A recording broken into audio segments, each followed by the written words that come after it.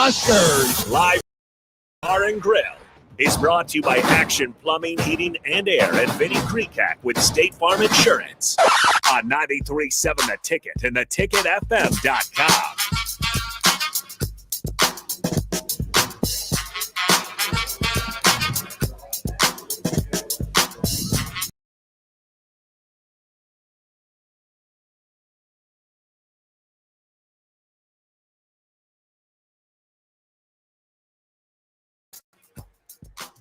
Only truth.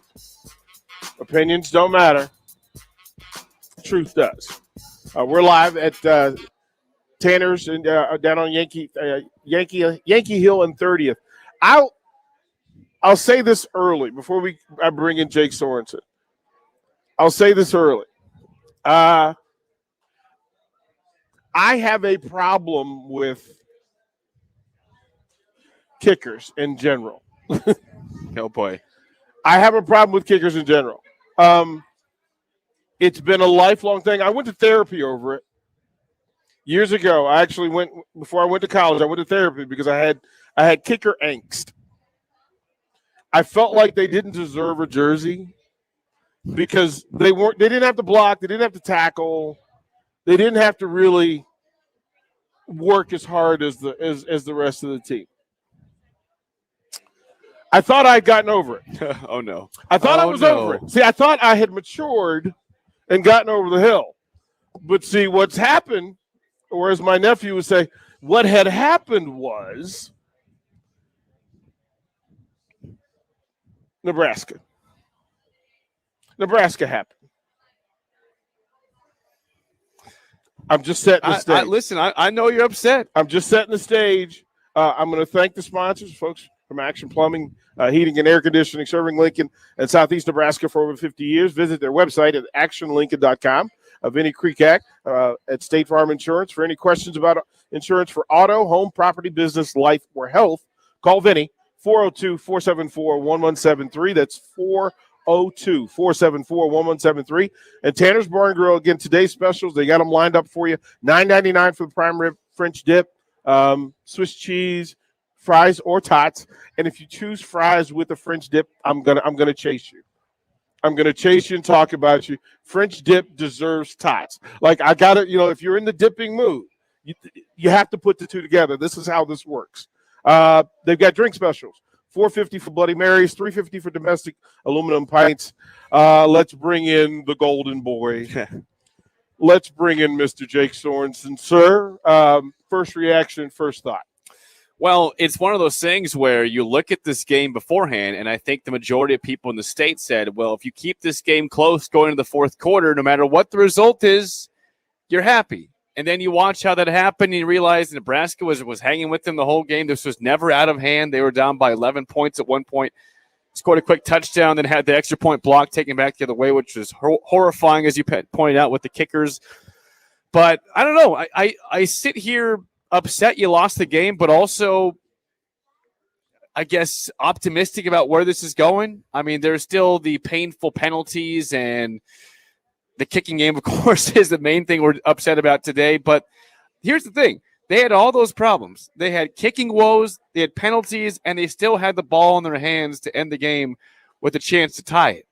Like, all those things went wrong. And this team that was supposed to be so much less talented than Oklahoma couldn't keep up with their speed or stop their high-flying offense. They had all these things go wrong, and they still almost won. Like, I would expect, if I looked at the score at the end of the game, didn't watch the game at all, I would think if Nebraska had lost 23-16, the defenses were good for both teams. The defense played really well for Nebraska, and there probably weren't that many penalties or turnovers, but that's not the case. Nebraska didn't turn the ball over. They had the interception that was ridiculous. That catch was crazy. They did. Oh, yeah, they did. That catch was insane, which helped Nebraska out, by the way, putting them deep in the red zone. But that's what the hard part is. Nebraska did not play a great game. They played pretty well. They had mistakes. The kicking sucked, and they still had a chance to win on the road against a top 5 team. It's okay to say they played better than expected or better than they have, and it still wasn't good enough. Like, it's okay to say both. Jake, you have a lot of buddies, right? I do. And when you guys go to the club, back when you were all single, you go to the club. Okay. You have a friend. You have two friends. One is the friend that sees the best-looking woman in the bar and takes his shot, right? Because he feels like he belongs and he's got a shot. She talks to him for a while. She may even dance with him. She might have given him the phone number.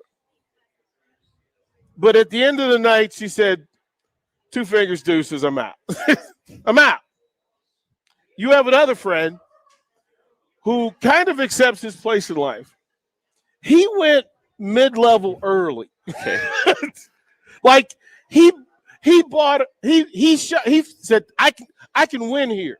And he got like 3 shots of liquor, put it on the bar. They slammed the glass. They danced a couple of times. He bounced out the door because he knew his lane, right? Which friend do you feel like today? Which friend do you feel like? Oh. Which one of the like you? Because to me, I'm sorry, I feel like the dude. Like I need to just go and fist pound the dude that took his shot. But a part of me, I need to look at my boy and just kind of shake my head. Nah, man, that's not who you are. Like, that's not who you are. Like, you can't be the guy who gets the good-looking girl's friend to hang out with you. Is that not fair? No, I get you. It's a good analogy. Makes a lot of sense. It's painful right now. The numbers are clear. And I want to give the numbers so that as we have this discussion, we can be fair and how we talk about it. Nebraska, 18 first downs, 4 of them rushing, 13 passing, one on a penalty. 38 rushing attempts for an average of, drum roll, 2.5 yards per carry. I ain't going to cut it. 2.5 yards per carry. Net yards gained rushing, 134. Passing game, Adrian was 19 of 25, 1 pick, 1 touchdown, 289 yards, 11 plus per attempt, 15 plus per completion. I'll ask you, should we expect to hear from the anti-Adrian Martinez folks for a while? If they speak after this one, Okay. you just say, quiet down, you're out of your mind. Adrian Martinez and the Husker defense were the reason why Nebraska had a chance to win today. Adrian played extremely well. The interception was an unbelievable play, which actually, again, was helpful for Nebraska because they pinned themselves deep on that pick. They went 3 and out. Nebraska scored the next series, and everything was well. But just the way he avoids pressure. I mean, he could have had 10 sacks in this game. They could have had him down 10 or 11 times for sacks. He avoids the pressure by some times, either throws it for a completion, scrambles and gets yards out of it. He just, he was not the reason you lost. He's the reason why you're in the game, as long as the defense. So if anybody out there is going to say anything bad about Adrian, then you don't have any, you know what you're talking about. I want to know what you're talking about. I want to put them side by side because Rattler's in the top 3 for Heisman consideration as we go. And folks have talked about him being not only the first quarterback taken in the draft, but the first player taken. So Rattler was 24 of 34 for 214. Adrian was 19 of 25 for 289. 11 and a half yards per attempt for Adrian, 6 for Rattler, 6 yards per attempt. Adrian, 15.2 per completion. Rattler, 9 yards per completion. Adrian was better today. Adrian Martinez was the better quarterback on the field today. Now, I know folks are feeling festive and all, but let me just bring up a thing that overrides everything else for me. The first time you play football, whether it's at age 7, 8, 9, whatever, the very first thing you're taught to help you identify talent, aptitude, discipline is how to work a snap count. Mm-hmm. Like you learn that when you're 8. When I coach Little League, the very first thing that I teach, the first thing I need to know, 1, can you get in a stance? 2, can you get out of a stance? 3, can you do it on time? Can you do it on time? So we stand, and before we do anything else, we sit there, we do a little elementary school clap. Ready, set, As you should. ready, set. On 2, ready, set. Look, whatever happens on Saturday has been going on Sunday through Friday. I'm going to keep repeating this. See, the basic stuff bothers me.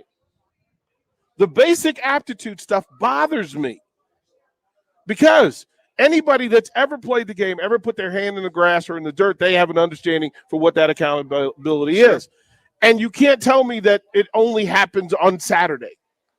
You can't tell me that this is the first time that your backup kicker kicked the ball into his that the guard got ran over. Yeah, well, yeah. You can't tell me that that's what happened. So let's address. We'll address the bad before the good. That group of 5 and then the 3 backups that they've talked about ad infinitum about having options.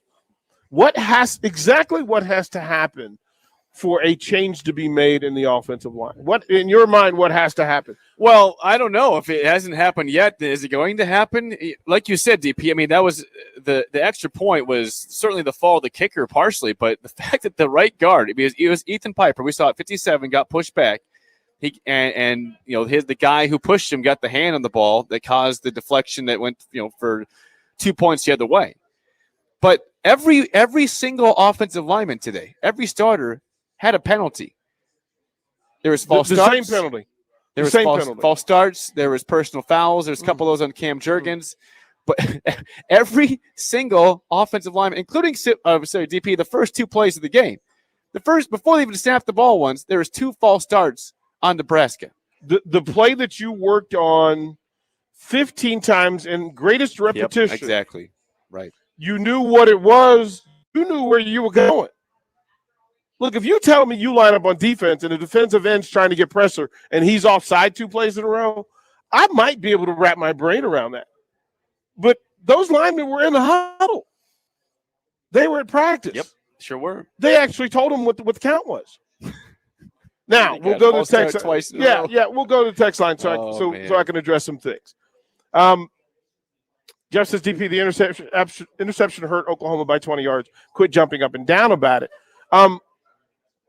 Beg your pardon, Jeff. I beg your pardon because I didn't say anything about the interception.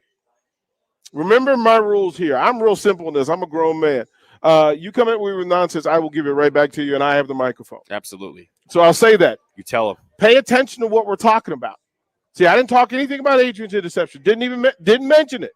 Stay focused, Jeff. Stay focused. I'm really here for y'all. I'm trying to do this. Here's where we are with it. If you tell me that this team is good enough to run with the number 3 team in the country without playing well in several facets of the game, yep, then is that the expectation that I'm allowed to work with from this point forward? It should be. Right? So I don't have to deal with remedial elementary football anymore. That's what I need to know. What's the standard we're working from? Are we working from the team that lost to Illinois? Are we working from the team that beat Buffalo and Fordham, or the team that played today? And if it's any of the above, then we can move forward. Like, you can't consider it progress unless you accept all of these things took place. In order to grow and get better, you have to analyze what we coached and what we allowed. Say it again. And you've been allowing this nonsense for the last few years. I tell you this all the time. When you measure a team, measure it by the number of questions that constantly exist about it. Did you get answers to those questions today? The same questions that you've had for the past few years. Has the answer changed today? Offensive line play? Do we have an answer? No. Running game? Do we have an answer? No. Kicking game? Do we have an answer? Absolutely Did we make plays in the return game? Do we have an answer? No. Did we get pressure on the quarterback? Nope. No sacks. Listen, all the nonsense. Look, don't play with me. This stuff matters. This team played well today. They just didn't play well enough. I'm going to spend the rest of the hour rooting for Nebraska. But I wanted to address the first thing first. This was actually a step forward, but it's not progress. You understand the difference?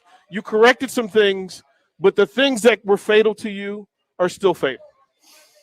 Yeah, I mean, it's again, like you said, it is a step forward, but the things that have crippled you again today, and that's why that's why there's such a weird feeling about this going forward. Because you look at, we'll get to later on in the show that your next opponent, Michigan State, looks again really good. They won by 21 points at Miami today, and you got to play pretty dang good football to beat those guys.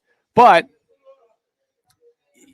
you lost by 7 points on the road to a top 5 team with still all these questions not being answered. And so I think that's why myself and so many people are confused about, okay, what happened today? How did we do that while still having the same issues kill us? That's why it doesn't make any sense, DP. There's two answers to your question. Is that because it's all offensive related? The defense played really well to Adrian played like the Adrian everybody thought existed, and the black shirts brawled like there was nothing else mattered. They did. Like, listen, I'm not in the school that says that we're as talented defensively as Oklahoma is offensively. No, I'm saying heart and effort from that defense got them where they were. Listen, I said if Nebraska was willing to be patient defensively, take away the over the top, right? Cap everything. You're not going to beat me deep with the long ball. And if you're willing to, if you can outlast me and get me with death by, as Jay Foreman says, death by a million paper cuts, this team will be successful down the road. They'll be successful. You know why they were successful today? They didn't try to do too much. Their schemes were simple. Yeah.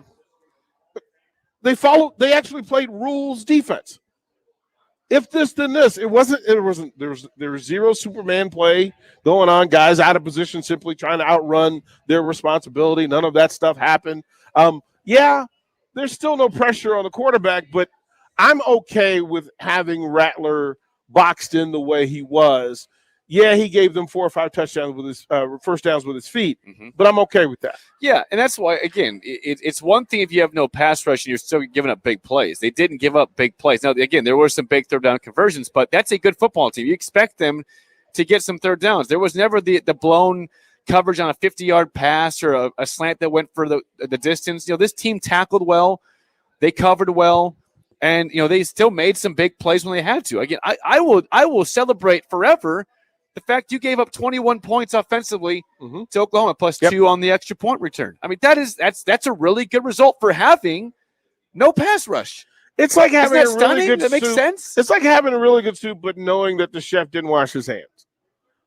Like, we couldn't finish the drive. You have the drive, and it's just an extra point. Right? And you and I talked about it yesterday, that if this team scores touchdowns and then can't complete the conversion, it's almost like the touchdown didn't happen. Yep. And then what happened? Oklahoma not only blocks it, but then they turned it into points, and then they take the next drive and go length of the field. Why? Because everybody kind of did the same thing across the state of Nebraska. They exhaled. They all exhaled like, oh, man. So that's how this plays. This is how this plays. That going forward, we can focus on questions. We can give compliment to the thing that was done well, and I'll give compliment to Adrian Martinez. I'll give compliment to the tight end play, which was what I've been begging for 4 weeks now. And it's good to have both big tight ends back out there for as long as you can have them, right? It changes the way the game is played. They both had big catches in this game, right? Both of them. It's absolutely the thing that's required. Saddened by the injury to Gabe Ervin. Yep. It looked like he was starting to get his rhythm and get his feet under him, and then the turf reaches up and grabs him and takes that away. My question with the running game is this: where was Marquise Stepp? In a power phone booth type of game where you were going to use your bigs to grind out, why would you not use your downhill running? What I don't know if there's any report on an injury there or what happened. He didn't play at all. Did he have any carries today? No, I don't think he got on the field. Well, Sevion Morrison had some carries. Gabe Ervin got carries before he got hurt. Ramir Johnson had some okay carries. He ran hard a couple times. But you're right. If there was no injury to Marquise Stepp, you got to be curious about where's he at. That guy runs hard. Like, this was a Marquise Stepp kind of game. Like, if you're, I think at least styles make the matchup, and if you're going to play the fat man game with Oklahoma, which is how you should have, then Stepp has to be the guy, because we were sold for months, a year's worth of months, that Marquise Stepp was going to be the downhill power runner Absolutely. that we've been looking for. And in a game that not only called for him, it demanded him. It demanded him. So if there were injuries, 0 carries on the rushing game. Adrian Martinez, 11 carries. His net was Ramir Johnson with 11 carries. His net was 42. Adrian, 17 carries, net 34, but that includes all the scrambling, running for his life. Gabe Irvin, before the injury, 9 carries for 18 yards. And then Savion Morrison, 1 for 1. I'm okay with Adrian Martinez being the leading rusher, but Big Ten football requires that somebody else in the backfield has to be productive in order for Nebraska to do what it needs to do and for Adrian to do what he needs to do. Can you imagine Adrian today with a downhill runner? Well, think about how much it helps him out himself running, because if you do RPO, you could, if you have a running back that's getting carries and a good running quarterback like he is, makes it that much harder to defend. Yeah. Why can't we have that? It's not too much to ask for that. It should happen. I'll answer this. And again, for you folks that are on the Starter Heyman text line, we take the first. Connor and Bach is the call-in phase of this. That's when you call in and voice your opinion. This is more because we're in remote. It's much easier for us from a personnel standpoint just to use the text line. So I'll go through the text, and Jake, you can add into it. DP, what does the rest of the year look like? Can we take this to Michigan State next week? Jake, I'll let you have that first. Oh, man. Well, in Michigan State, it's fascinating because I think, and again, I know that you probably, DP, despise preseason rankings, I'm sure. Yes, because they mean nothing. It's just it's a projection. But everybody thought that Michigan State was going to be one of the worst teams in the Big Ten. Facts. What have they done so far? They blow out Northwestern game 1. They win easily game 2, and then they blow out Miami on the road today. For some reason, DP, I mean, I'm not a gambling guy. For some reason, they were a 6-point dog. Mm-hmm. And I say that's an easy pick for them, not just to cover the spread, but to win.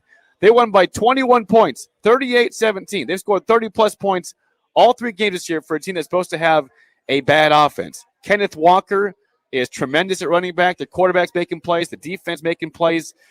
If this Husker team feels good about competing against Oklahoma for all 4 quarters, they better snap out of that quick, because they got a tough test in East Lansing, and it is very important to not go 0-2 to begin Big Ten play if you want to have a decent season. I said during the week that I thought that you would find out more about this team against Michigan State than you do against Oklahoma. Okay. And the reason I expected them to step up this week. We weren't sure what Michigan State was going to give us this week. We now know. Yeah, it's going to be a problem. So now you know, well, here's pressure, because that's a team that is playing well. They don't make a lot of silly mistakes. They have an identity. They've got what appears to be the best runner in the Big Ten. With Ibrahim, right? Ibrahim hurt, yeah. Without Minnesota's top guy out, now you got a downhill runner. You're going to have to play a similar type game against Michigan State. Now, they don't have the speed that Oklahoma has, but they're going to get you in the phone booth and see whether you're just willing to short fight your way out of it. They'll be interesting. This week will be interesting.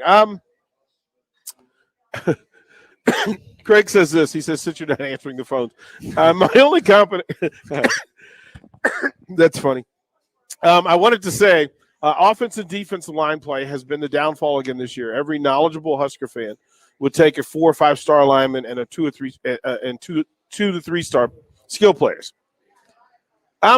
First of all, there aren't that many 5-star, especially big boys. Yeah, good luck getting those away from big boys and big boys. Although I'll say this about Nebraska big guys, recent history has been that guys play here and then can go to the league and get a look. Now we just have to get them productive while they're here, except the scheme here is not for them to be playmakers. The scheme for them here is to occupy space and to occupy blockers. That doesn't happen for them in the league. They get to go one-on-one with folks. That's a whole different deal. I'm still concerned about pass pressure. Like, we should be able to get some pressure on quarterbacks. We saw it against Illinois game 1. They were getting pressure. And ever since then, nothing. No sacks since Illinois. I just don't understand. Like, I've never been around a team that did. That's 2 weeks in a row, right? Or 3? 3 weeks in a row. No 3 sacks. weeks in a row with no sacks. Fordham or Buffalo or Oklahoma. I haven't been around a high school, college, or pro team that went 3 weeks without a sack. That's a statement of fact.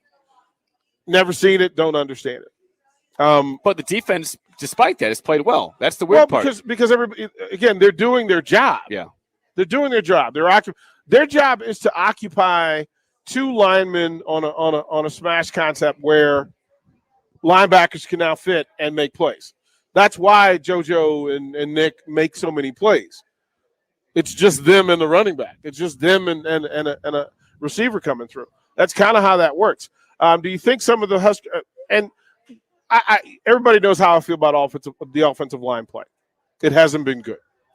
It hasn't been good. There's no other way to say it. It hasn't been good enough. Do you think some of the Huskers' recent success stories could be attributed to a break from Big Ten play? Will they be able to execute in the same way in the conference?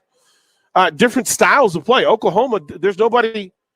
Ohio State's the only similar team in speed to Oklahoma. Nobody else in the conference plays that way. Nobody else schemes that way. Nope, they don't. Nobody else schemes it. They don't scheme that way, and they don't run route combinations that way. Oklahoma's route concepts are elite. They're elite. As a matter of fact, I'll take theirs, Alabama's, Oklahoma, Oregon, and maybe Clemson as the route combinations that simply allow receivers to be open in space and quarterback to make easy throws. We had a dude. He made a bet. He made a statement during the week that he was taking Oklahoma and giving the spread. He was willing to put up his kids and his house. Oh, so boy. he just texted in and said, "I lost my home.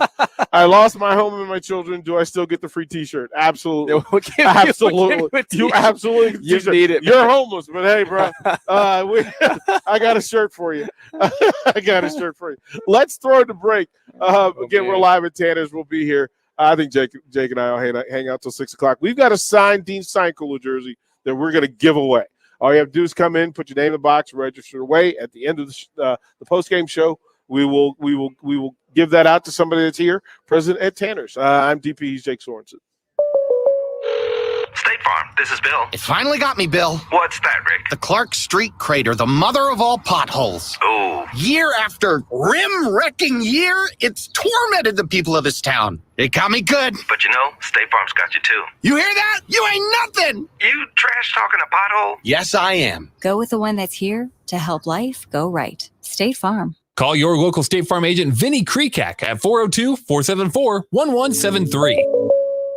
Hi, Sean Callahan here of HuskerOnline.com, inviting you to join us here on 93.7 The Ticket every Saturday morning now in our new time. We're on from 8 to 9 with the weekly Husker Online radio show. We'll give you the latest in recruiting. We'll talk about what's going on with both football, basketball, and we'll probably share a few stories from the inside. It's every Saturday morning right here on 93.7 The Ticket. It's the Husker Online radio show from 8 to 9 a.m.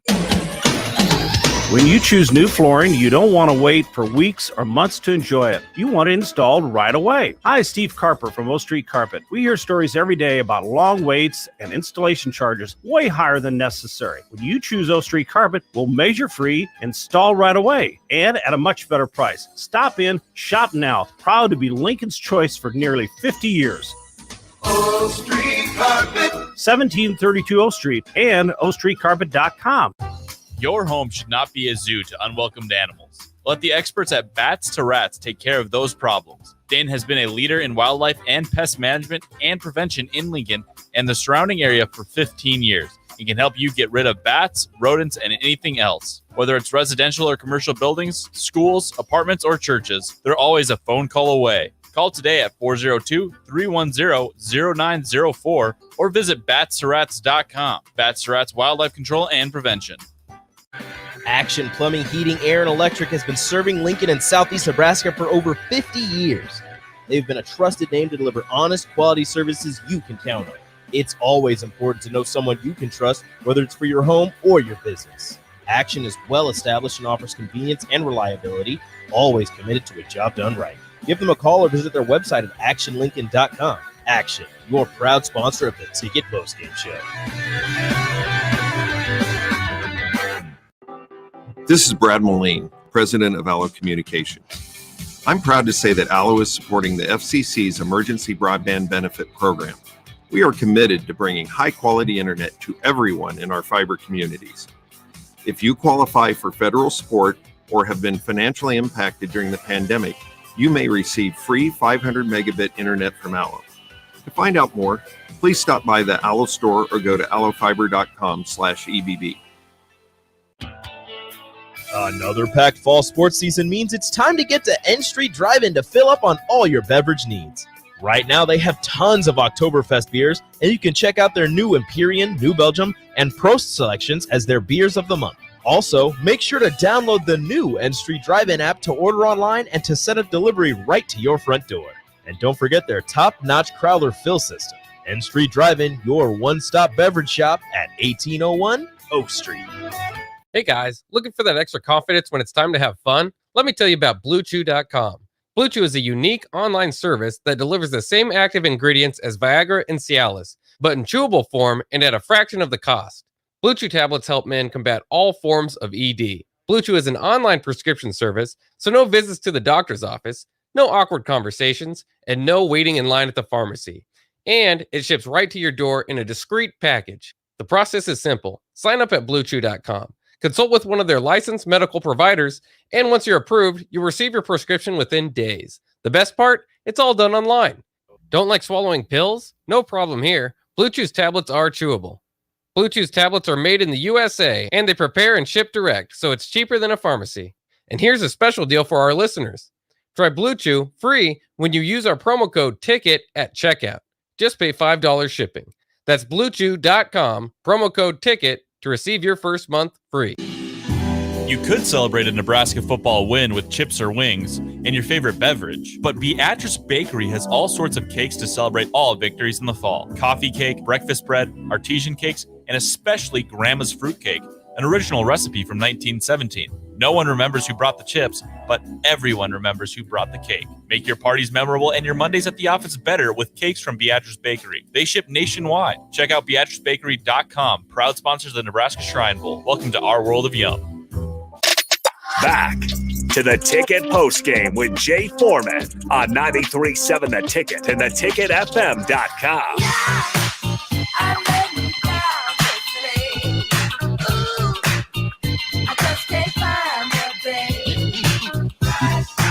Welcome back to Ticket Postgame Show live from Tanner's 30th in Yankee Hill. I'm with Jake Sorensen. We thank the folks from Action Plumbing, Heating, and Air Conditioning, serving Lincoln and Southeast Nebraska for over 50 years. Visit the website, actionlincoln.com.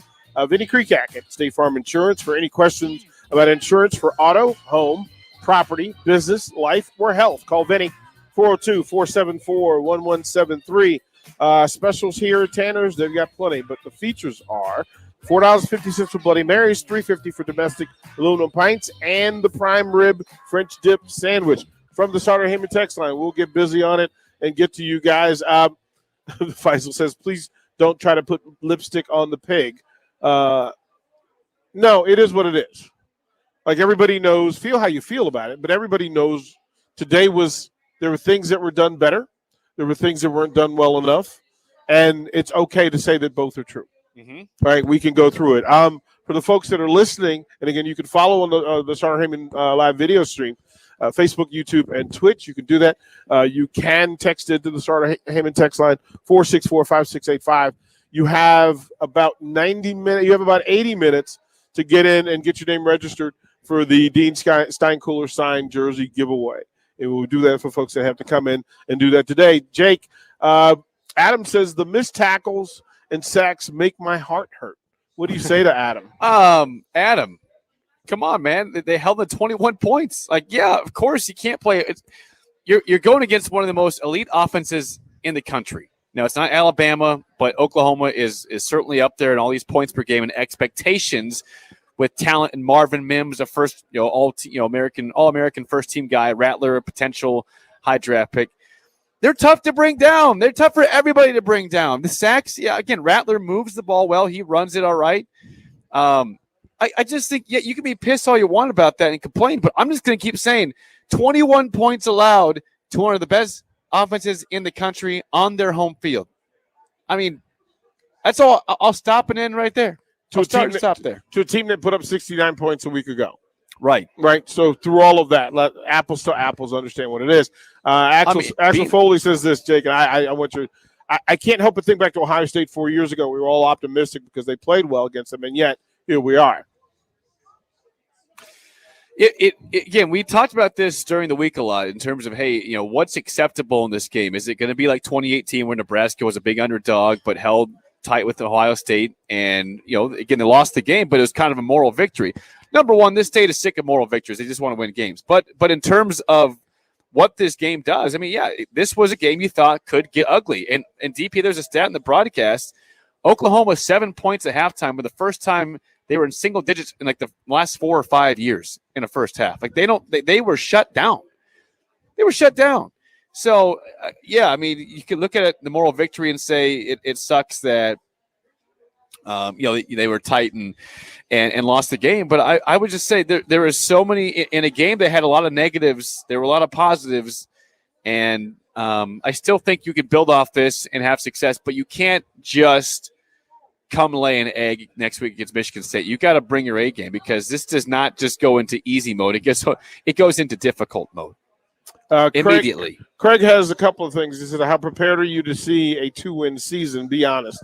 That's not going to happen. That would mean they lose the rest of their games, Craig. And I mean, Northwestern's down 24-0 to Duke right now. Jeff does it. He says, he goes, "I'm an AM hater, but he played a great game." Well done. Well said. Rattler, he says Rattler is also not a top 10 QB. He's one of the top 10 quarterbacks in the country. I'm okay with that. And it took some maturity and patience for him to manage the game the way he did today. Like, that wasn't his normal slinging around style. So I give him a little pat on the back for that. So Jason from St. Louis says, "Would love to hear your opinion on what I think is Adrian, who comes off as everything that should be elite, but I see a lack of ability to lead, pre-snap looks, etc. Can't make anticipation throws to a spot instead of only throwing to a guy. I get flack from my family for still being down on Adrian as a QB. He's clearly a great athlete, and I think a great man, but not a great QB." Everything you spoke of isn't about Adrian. The things you're speaking about are the receivers and the schemes that are called for him. Like, pre-snap reads would be an assumption that I can call a hitch route and assume that that Samori Toure is going to be open on time and in place. That hasn't been the case. Yeah. Him being able to trust that Oliver Martin is going to be in the slot and will run a crossing route at the same level each time, when Oliver Martin hasn't been in 3 of the 4 games. Who do you have with Levi Falk? Well, Wyatt Lever. Do they run routes the same way? No. So he can't throw to a spot if you don't know. Think about what game was it? Oh, it was the Washington game Thursday night. We're late in the game.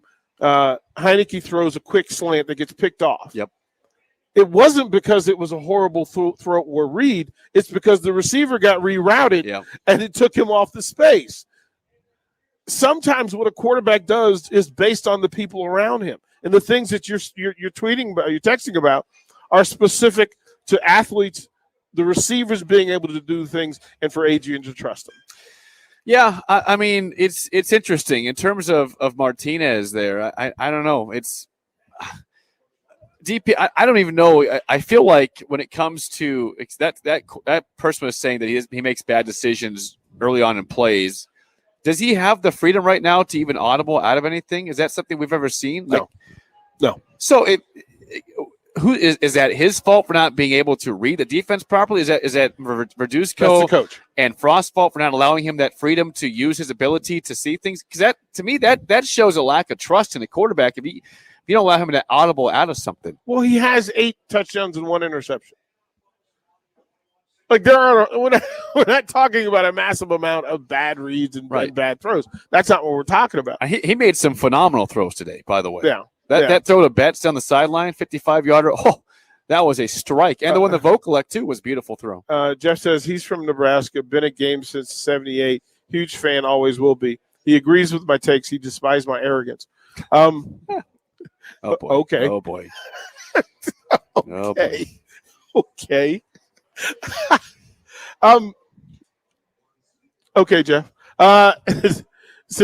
Boone from Firth says, did it really take that long for us to realize a new guy should be our kicker? What were the options is my question. I mean, so what's weird to me, DP, and again, I don't go to practice. I don't get to watch this stuff, but I'm curious that you get this kicker from Morningside, Brandon Frankie, who's kicking all these touchbacks. I mean, he did have the shank kick that actually was fortunate because Oklahoma recovered at their own 8-yard line, which was stupid by that guy. But still, I think that kid was pretty good. I know it was NAIA level, but man, you can be good at any level of football. If you can kick the football, I mean, there's some great kickers that come from nowhere. Kicking is kicking. I mean, we saw for years, DP, that Alabama, the greatest football program over the last 15 years, has had horrible kickers. I mean, they've downright lost because of their kickers. Because they really used them. I know, but still, they have cost them games in the past. I need to call Tom Stevens out because he uses the phrase, up until the kicking game got bad, Tom Stevens said that Nebraska was kicker you. Oh yeah. Well, to be fair, they had a great run of kickers, and again, don't look at NFL success. Look at how these guys went to the NFL. They had Chris Brown, Josh Brown, Brett Maher, Alex Henry. Now, those last two didn't have success. You know there are other schools that have kickers in the NFL, right? You do know that. Yeah. Well, they had a good run of kickers that went to the league, though. Henry, Maher, the Browns. But it's been a while. Now we're paying our dues for that. Okay. All right. We did get an Omar Manning sighting today. Yeah, how about that? Early on, he had a big catch early on and in the big touchdown where he stretched out, made a big play, had contact in that play. Could have lost the ball going to the ground. He did not. And that was a big catch. Pulled Nebraska back to within 7 because they made the extra point after that, DP. Here's me on my couch. It's an 8-point game. I'm like, oh, God. I'm just like, please. You're rocking yourself through it. I'm rocking. I'm by myself. I'm like, please, just make the kick. Rocking yourself through and it. And they did. But that was a great catch. Yes. Kudos. Shout out Omar Manning. Ashley says, in fact, a man named Ashley says, 15 quarters without a sack. Had all 3 sacks for the year in the first quarter against Illinois and none since. Well, Phil Darius had those 2 sacks early on against Illinois, which are great. 15 quarters without a sack. But here's the weird part. They're not getting sacks, but I feel like they're getting there. Like they're forcing him out of the pocket against Fordham, Buffalo, and Oklahoma. They were getting hands on him. It's hard to bring him down. These guys are slippery. But it wasn't like they had all day to throw. Rattler did not have all day to throw. No. They were getting to him. They just weren't bringing him down. So I understand your frustration of wanting to get the strip sack or get the sack in general, but he was not comfortable back there. I don't think Rattler, you could say, was comfortable all day throwing the football. He had some really errant throws, some bad, because there's pressure there. It's amazing we'll do that. All right, let's throw it a break again, and then we'll have a short segment when we come back. We'll get to the rest of the text. We'll do that. Remember, we're live at Tanner's 30th and Yankee Hill. The Dean Stein Cooler signed jersey is what we're going to give away today at the end, probably right around 6 o'clock. So, and we'll give you a scoreboard update right after this. Hey, it's Sean Callahan, and football season is here, and there is one place that has all the games, plus great food and beer specials. Tanner's Bar and Grill at 30th and Yankee Hill. Whether it's Thursday night football, college football Saturdays, NFL Sundays, or Monday night football, there's a great view of the game from any seat with different food and drink specials every night. Try the Blue Ribbon Reuben Sandwich or the Prime Rib French Dip or any of their famous chicken wings. That's Tanner's Bar and Grill at 30th and Yankee Hill. Teachers like me, parents, we don't always know as much as you guys do about what's going on with other kids. Half the time, it's rumors. Yeah, but if you're ever concerned about a friend who's having trouble with alcohol, prescription drugs, anything, you need to tell an adult, someone you know and trust. That can be hard, but speaking up about a problem is what helping a friend is all about. For more information, visit underagedrinking.samhsa.gov. Sponsored by DHHS and aired in cooperation with the Nebraska Broadcasters Association and this station. You could celebrate a Nebraska football win with chips or wings and your favorite beverage, but Beatrice Bakery has all sorts of cakes to celebrate all victories in the fall. Coffee cake, breakfast bread, artesian cakes, and especially Grandma's fruit cake, an original recipe from 1917. No one remembers who brought the chips, but everyone remembers who brought the cake. Make your parties memorable and your Mondays at the office better with cakes from Beatrice Bakery. They ship nationwide. Check out BeatriceBakery.com. Proud sponsors of the Nebraska Shrine Bowl. Welcome to our world of yum. State Farm, this is Bill. It finally got me, Bill. What's that, Rick? The Clark Street crater, the mother of all potholes. Oh. Year after rim-wrecking year, it's tormented the people of this town. It got me good. But you know, State Farm's got you too. You hear that? You ain't nothing. You trash talking a pothole? Yes, I am. Go with the one that's here to help life go right. State Farm. Call your local State Farm agent, Vinny Krekak, at 402-474-1173. Take a look at your backyard. Does it feel like something is missing? You're right. Now is the perfect time to get an above-ground swimming pool from Bonsall Pool and Spa. Above-ground pools require less space than in-ground pools, are temporary structures if you ever choose to move, and are low maintenance. Plus, you'll never have to worry about the kids getting bored in the summertime anymore. Visit bonsallpool.com to schedule a pool service or visit them at 33rd and Highway 2. Bonsall Pool and Spa. Welcome to Friendly Neighbors. Welcome to maintenance-free living. Welcome to Carriage Glen. Welcome home. It's everything you'd want in an active 55-plus rental community right here in Lincoln. Spacious floor plans, numerous amenities, beautiful surroundings near Holmes Lake, and much more. Plus, with Carriage Glen's current move-in special, you can save thousands if you act now. Carriage Glen invites you to take a personal tour or visit them online at carriageglenoflincoln.com. Discover the place you'll love to call home. When you choose new flooring, you don't want to wait for weeks or months to enjoy it. You want it installed right away. Hi, Steve Carper from O Street Carpet. We hear stories every day about long waits and installation charges way higher than necessary. When you choose O Street Carpet, we'll measure free, install right away, and at a much better price. Stop in, shop now. Proud to be Lincoln's choice for nearly 50 years. O Street Carpet. 1732 O Street and ostreetcarpet.com. Now that Ken Richards has purchased Broker's Agency, he and his professional staff will continue to provide their clients with the same excellent service under the Broker's Insurance Agency name. Broker's Insurance Agency works with more than 15 companies to help find the best policy for you to avoid any long hassles. Also, if you're looking to get into the insurance business as an independent agent, they have the formula to make that process smooth and successful. Call Ken with Broker's Insurance Agency today at 402-420-5353 or visit brokersinsurancene.com. Action Plumbing, Heating, Air, and Electric is your go-to service call in Lincoln and Southeast Nebraska for expertise, convenience, and reliability. As your home and business needs expand, so do the services Action can deliver. Now positioned as Southeast Nebraska's premier installer of charging stations for electronic vehicles, they're always committed to a job done right. Give them a call or visit their website at actionlincoln.com. Action, your proud sponsor of the Ticket Postgame Show.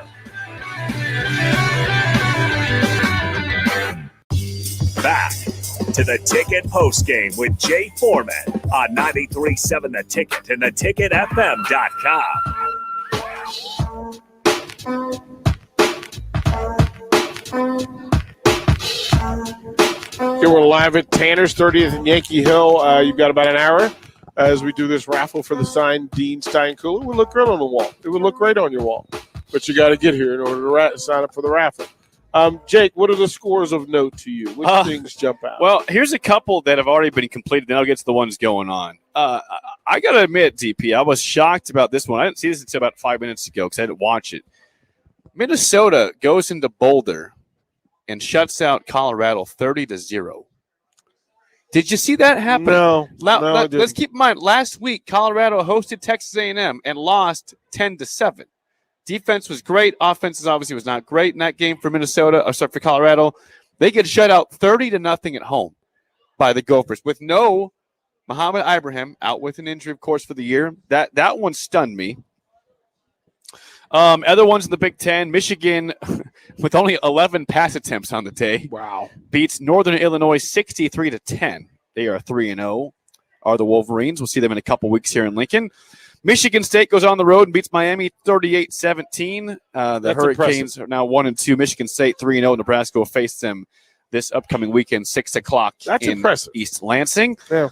Cincinnati was down for a while to Indiana, but they came back and did cover the spread, won by 14 points. 38-24 victors in Bloomington. At halftime in other Big Ten games, Duke up 30-7 on Northwestern. Northwestern has fallen apart, and it's only the third game of the season. That's a full meltdown. Yep. Oh, that's brutal. Rutgers blowing apart Delaware 38-10. Noah Vedral 17 of 19, 290 and 2 touchdowns. Former Husker quarterback leading the way to a 3-0 start for the Delaware, Rutgers. Yeah, I know. And just scored a touchdown. Ohio State, though, was only up at halftime 13-6 on Tulsa. Something is not right. DP, the halftime stats for C.J. Stroud, he was, I think, 8 for 15 for 99 yards and a pick in that game. Okay. I saw it. Maybe you saw a different version of him than I did against Minnesota in game 1. But I just don't think he has the it factor. Now, he's young. He's a freshman. But from what we've grown accustomed to at Ohio State, especially with Justin Fields, and J.T. Barrett had his moments. Cardale Jones, again, had a championship at Ohio State. But I don't see right now, at least through early on in his tenure, I don't see the it factor for Stroud. He had struggled against Oregon last week in the loss. He had big stats, but it was late when they were trying to come back. And Tulsa is Tulsa. They're 0-2. Tulsa's 0-2 in the season. They're going into Columbus and pushing them. I'm okay with Stroud and what he's done so far. Again, brand new to it. A lot going on. A huge leap from high school to starting in the Big Ten for a top 5 team.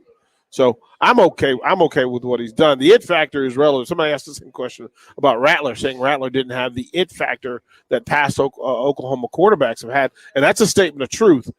But Rattler's a good quarterback. He's bordering on a great quarterback. He's just not Kyler Murray, Baker Mayfield, etc. Okay, other scores of note in the conference. Iowa up 16-7 at home on Kent State late third quarter. They're pushing. They got a drive going into Kent State territory, so they should probably win that game. Purdue, who could not bring their drum into the game in South Bend, Indiana, is losing because they don't have their drum. They don't have the drum. 27, that is spectacular. 27-13. Spectacular. Notre Dame up by 14, but they are Purdue is on the 11-yard line of Notre Dame, about to push it in, but still late in the game, 3:01 left. It's going to be a win likely for Notre Dame. Jack Cohn, 15 of 30, the Wisconsin transfer, 233 through the air, 2 touchdowns. Should be a 3-0 start for Purdue. Other games of note, DP around the nation in college football. You've got right now Florida is actually pushing Bama. This was 21-3 at one point. Bama has the ball, only up 21-16 in the swamp, but on the 12-yard line of the Gators here, 1st and 10.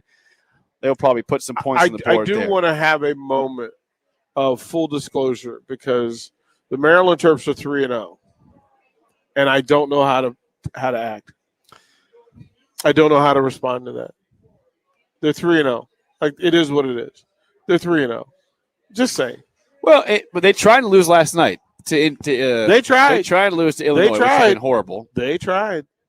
But okay. But I'm okay. Just 3-0. Just gonna say that. And several people on the text line have said, "Can you imagine what the reaction would have been had this team beat Illinois in Week 1?" I know, but they didn't. And that's if they had beaten Illinois, they're 3-0. They go to Norman and lose by 7. You feel like, all right, we might do some damage. You lost by 7 points to a good different team. Conversation. But because you lost that freaking game to Illinois, who has, you should have, if you play them again, you win by 10 probably. Yeah. It just didn't happen. We'll throw it a break. Again, we're live at Tanner's. Be here for the next hour. They got drink specials. Lots going on. Ball games everywhere. And Huskers volleyball. First serve at 7 o'clock. And a big win against number 5 Louisville. So, lots going on here at Tanner's. Stop by, do your thing. We'll throw the break, come back more. Ticket Postgame Show on 93.7 The Ticket. What are you doing, Sip? I thought the chickens could use some more light in their lives. So you're building what exactly? It's a motion-censored switchboard. Duh. Are you sure you know what you're doing? Of course. Ow! God! Ow! Seems like a job for a professional. Just one more wire. Yep, there you go, right there. Don't be like Sip. Call Joe at Ambition Electric for any of your electric needs at 402-217-3415. Welcome to today's episode of The Great Unknowns. Last time we talked about why chickens can't just cross the road in peace. Today's topic is the great unknowns of the future. Like, am I ready for what life throws at me? Well, that answer is easy. Just call a local State Farm agent. State Farm agents will help you plan for the what-ifs in life so you know what to expect if the unexpected happens. When you want the real deal, like a good neighbor, State Farm is there. Call your local State Farm agent, Vinny Krekak, at 402-474-1173. Now that Ken Richards has purchased Broker's Agency, he and his professional staff will continue to provide their clients with the same excellent service under the Broker's Insurance Agency name. Broker's Insurance Agency works with more than 15 companies to help find the best policy for you to avoid any long hassles. Also, if you're looking to get into the insurance business as an independent agent, they have the formula to make that process smooth and successful. Call Ken with Broker's Insurance Agency today at 402-420-5353 or visit brokersinsuranceNE.com. At Buffalo Wings and Rings, they've crafted a new league of superior chicken sandwiches. Meet the Ringers. It's premium, house-made, beer-battered, fried chicken served Buffalo, Korean, or MVP style. Head to Buffalo Wings and Rings Lincoln and raise a glass to superior chicken. 2 locations at 68th and O and at 40th and Old Cheney. Buffalo Wings and Rings.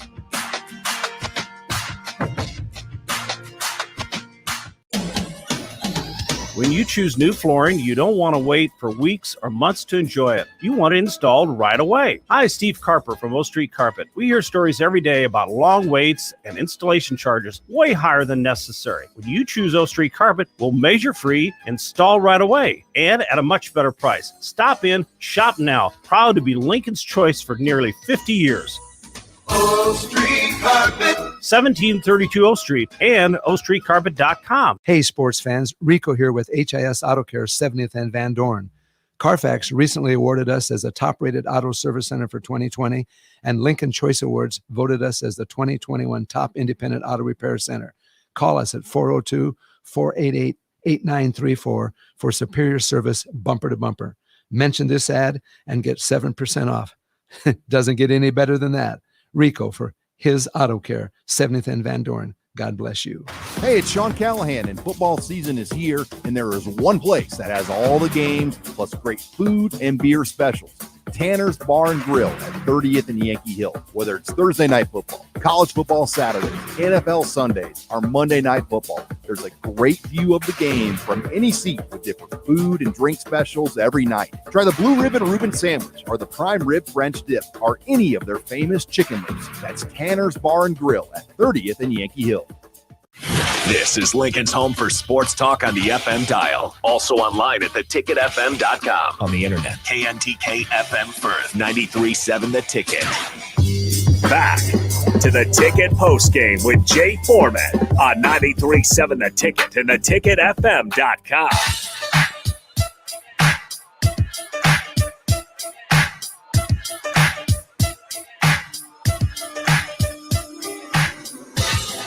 Ticket postgame show live from Tanner's, 30th and Yankee Hill. We'll be here for another hour. We're raffling off a signed Dean Steinkuhler jersey for folks who come into the building and put their name in for the registration. We thank the sponsors, Action Plumbing, Heating, and Air Conditioning, serving Lincoln and Southeast Nebraska for over 50 years. Visit their website at actionlincoln.com. Vinny Krekak at State Farm Insurance. For any questions about insurance for auto, home, property insurance, life, or health, call Vinny, 402-474-1173. Now, Tanner's Bar and Grill, $9.99 for the prime rib French dip sandwich, $4.50 for Bloody Marys, $3.50 for domestic aluminum pints. Jake, before we get back to the game, I'm going to celebrate. I'm going to celebrate because we had our book launch this morning for Volume 2 of The Impact of Influence, and we've been notified that it hit number 1. Well, congratulations! It hit number Bravo, 1. It hit bravo! number 1. What that is awesome news, DP. Like I can't. Like I'm just like, listen, above and beyond. This is crazy. Let's get into. We talked about offense, but I want to get into the defensive side of it because some of the numbers jump out at you. JoJo Doman was exceptional. 7 solo tackles, 5 assists for 12 total. He had 1 tackle for loss and 1 breakup. Deontay Williams with 9 tackles total, 5 solos. 6 solo tackles for Quentin Newsom. Great step up. It was. 7 tackles total. He also had a tackle for loss. Luke Reimer with a half a tackle for loss, 7 tackles total. The numbers as they stand, you had 4 tackles for loss in the game, but no sacks, and that's just what it was. But the emergence of Braxton Clark and his length in the secondary, a couple of times where you kind of perked up, seeing that you have a long, active defender in the backfield to add to the folks that are there. Luke Reimer with 7, Nick Heinrich with 7 tackles, 6 for Garrett Nelson, 5 for Ben Stilley, who was active on the nose. Well done, Ben Stilley. We've been waiting for that kind of production. DeAndre Thomas getting a lot of work. 4 tackles for DeAndre Thomas. Markel Dismuke with 4 tackles. Caleb Tanner with 4. Cam Taylor-Britt with 3. Ty Robinson with 3. Damian Daniels with 2. And then that would be the most of what we saw. Amongst those numbers, I was curious before the game about the time of possession. Time of possession was almost even. That's good. That has to be the recipe going forward, right? Well, yeah. I mean, so here it was interesting. I thought people were kind of upset about the opening drive going the distance for Oklahoma. I'm like, I was fine with it. 13 plays. It took half the quarter. They didn't give up a big play. They had some third down conversions, but I think the fear for me, DP, and we've seen this before, is that Oklahoma, when they played in the past, would just put up 28 points in the first 10 minutes and it was over. They went the whole the first half of the first quarter, and it took them a lot to get in the end zone. Like, this is a good sign for the defense. I know they let them score, but I'm actually optimistic about this. And that was the way it was the whole game. So my read was correct. I'm not saying I'm a genius because of that, but I thought, man, this is a good sign for the defense. But yeah, I think Nebraska, you can't, they're not scoring fast enough to have the ball for 20 minutes and call it good. You got to have it. You got to try to get 30 minutes of possession to 32 or so. I think it makes the defense better. As a coach, you know that time of possession matters. And if I can keep my defense fresh by not having them put up 35 to 40 minutes of on the field time, they have a better chance of being successful. Offensively, the last few weeks have been big plays made by Adrian in the passing game. I'll take what they put in today with an eye towards what they will be able to do against Michigan State. I'll go into the film study with Michigan State, but I can tell you what they try to do is to outlast you. Can you get into a slugfest and they will outlast you? We'll talk about that more. From the text line, I'm curious about your thoughts on how Nebraska uses its players. How can Step go from presumed lead back to not even seeing the field this week? I know they wanted to go with the hot hand, and yes, Ramir Johnson has speed and ran hard and well today, but what's the deal? Well, we asked that question ourselves, DP. We said, all right, if Marquis Step is running as well as he did against Fordham, which was when he was stepped up in that game and was good, then you expect to see him maybe being the featured back. And I don't. If this is all about practice and how these guys perform there, I mean, we've been told that Xavier Betts doesn't practice well. That's why he doesn't get on the field. And then he goes and makes that big play, 55 yards. It's other plays too. It's all, to me, practice is important, but man, you got to have guys who perform well. And Marquis Step, when he played a lot against Fordham, again, not a great team, performed well. And we haven't seen him much the last. Was two that games. the winner? Yeah, please take those. Please take those.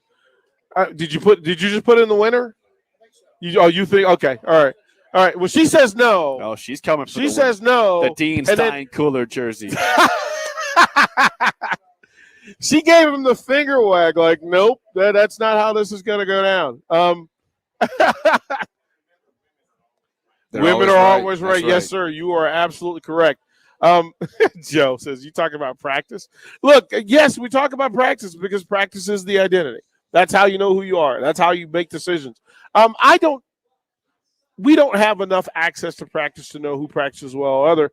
We base it simply on who shows up on Saturday and gets reps. Husker fan in Manhattan says there are only 130 teams in the country that compete for a field goal kicking king.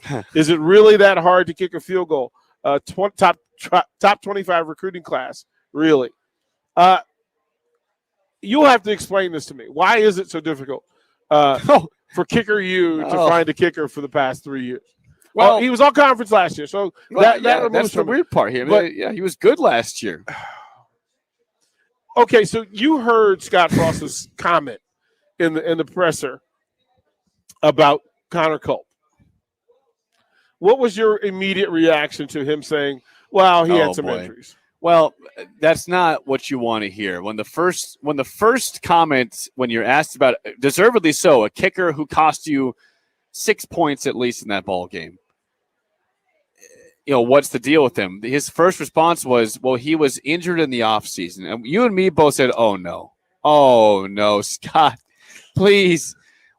We're a month into the season right now, man. Like, you can't say that the problems of your kicker, who was the first team all Big Ten player from last year, was injury related. And if it was, then get somebody else. Have a backup plan. Have a plan. Like, didn't they have an available spot? DP, it goes back to me. Okay, year two of Scott Frost, 2019. This is the same problem. They have Barrett Pickering, who had a decent year in 2018. Not great, but decent. Gets hurt before the season. Doesn't play until the very end. And they go with Lane McCallum, who is a safety. They bring in Matt Waldock, who's waiting at Leadbelly downtown. And they go through this rotation of kickers. It's like, all right. Then you get Culp from LSU. Oh, he's great. But don't you learn that you're in a conference where kicking is important? You're not in the AAC anymore, man. And we haven't even gotten to the bad weather kicks. We haven't got to the snow. This is good weather. We've had a little bit of wind, but a little bit. Listen, I'm trying to find words to say. Yeah, I was trying to understand. I'm trying to find words to say, and I don't have them. Yeah, because it's so maddening, and you're gonna get in games where we're talking about this team needs to make a bowl game, and their defense is showing it's probably good enough to hang in almost every game, and the offense we know has its moments, but it comes down to special teams, and can you make a freaking field goal and a freaking extra point? And so far the answer has been, for the most part, no, you can't. And like you said, DP, we're not even in rain and snow and cold and super gusty winds yet. Yeah, we haven't gotten to the real Big Ten weather yet. So where where special teams is even more important. Also from the text line, if Ramir Johnson looked like he looked today, why hasn't he played more? That's actually a really good question. That's as your starter. Like, I didn't have that in the pool this week that Ramir Johnson was going to be lead back. Well, this is the weird part, DP. I mean, they say it's a pretty even competition. They got 4 or 5 backs they all like. Mm-hmm. But then you see various games where one's above the other one. And again, I don't think the goal was to play Ramir Johnson that much until Irvin got hurt. Irvin had that nice run on 3rd and 9 inside our own 10-yard line for a first down. That was good. And then I think he's going to be out for the season. It sounds like he's out. That was a looked like the patellar. That was a non-contact injury, which are the long-term ones. He had a hole, by the way. He had a hole there, which sucked for Nebraska. He was going to get about 10 yards, if not more, on that play. Oh my goodness! But I think he's out for a while. So that's why again. Okay, if you have an injury to him, then we should see more of Stepp or Morrison, who had some decent runs early on, and it just became the Johnson show. And I like a workhorse running back. But I like it to be a guy that I think is going to be part of your top 2 or 3. I mean, Johnson's a 4 or 5 in my opinion. Before I don't know. They whispered that Ramir had skill. I think he has skill in the summer, and they were waiting for that thing to click in. Listen, everybody in that room has talent. Everybody in the room, top 7 guys, could all be your workhorse, but nobody can be the workhorse if you don't let them haul the ball. Right. Like, I was always better in games than I was in practice. That's just the way that was. You're a gamer. My coach figured it out pretty early. So there's that. Adam has a question. Is it more coaching fault on the O-line and special teams struggles? I know ultimately the players have to go out and make plays. Ballers got a ball, but at the same time, they are the responsibility of the coaches, coordinators. Adam, I can say this for you. The coaches are responsible for everything. Period. Point blank, end of story. If I can't teach you what you need to know, I shouldn't have the job. If I can't get you to do what you need to do, I should not have the job. So, yes, there's some questions about those two groups. They remain. These aren't new questions. This is what it is. Joe says, do you think Nebraska was focusing on this game through fall camp, and that's why they played well? That's why you saw different players. That's why we fell on our face against Illinois. I don't know that to be – it's really hard to focus, look forward to Oklahoma through Illinois. The last time you saw Illinois, they punched you in the throat. So you can't look past anybody that beat you up. My biggest disappointment about Illinois was they knew Illinois was coming. Like, you knew what you were getting. The last time, fresh memory, you knew Illinois came here and punched you in the throat. So you should have showed up. It's kind of who they are. To this point, this is a 2-2 is exactly what they are. Yep. People say, well, it would have been really nice if they went into this game 3-0. No, because we would have felt deceived. Yeah. We would have felt deceived. So, no, they are exactly 500. And then next week, guess what? You'll get a real answer. Because next week, you can't pivot next week. Next week, you're going to know. You'll either be the winning team or you'll be a losing team. You'll know next week. 2 and 3, hey, man. Yeah. Hey, man, look, Mel Tucker will line up for him. And guess what? Scott's going to have to coach again. He's going to have to get wins through that. Ohio Husker points out, he says, Ramir was just as big as recruit as any other guys. He looked good. No problem with the running back play. It wasn't running back play. It as a runner, this is why at the end of the season, running backs give linemen gifts. Because we know. We know.